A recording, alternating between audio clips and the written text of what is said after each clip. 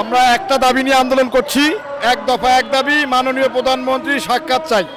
সাক্ষাতের পরে তাকে আমরা একটা নোটিশ হাতে তুলে দেব, যেই নোটিশটা 2024 সালে যুব ক্রীড়া মন্ত্রণালয় নির্দেশনা জারি করেছিল।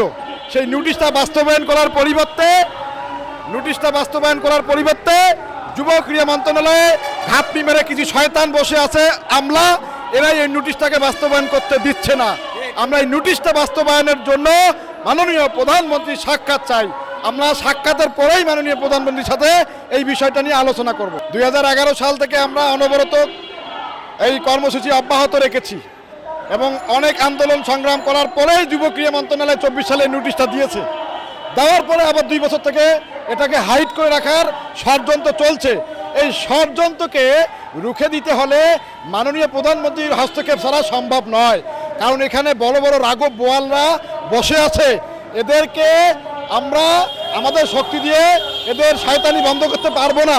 তাই প্রধানমন্ত্রীর সহযোগিতা নিয়ে এদের শয়তানি বন্ধ করে আমাদের নোটিশটা বাস্তবায়ন করবো ইনশাআল্লাহ। যোগাযোগ করতেছি, মাননীয় প্রধানমন্ত্রীর মুখ্য সচিব আব্দুল সাত্তার ভাইয়ের কাছে আমাদের তথ্যগুলো পাঠাই দিছি, প্রোগ্রামের ভিডিও চিত্র স্মারকলিপি। উনি এখনো কোনো রেসপন্স করে নাই।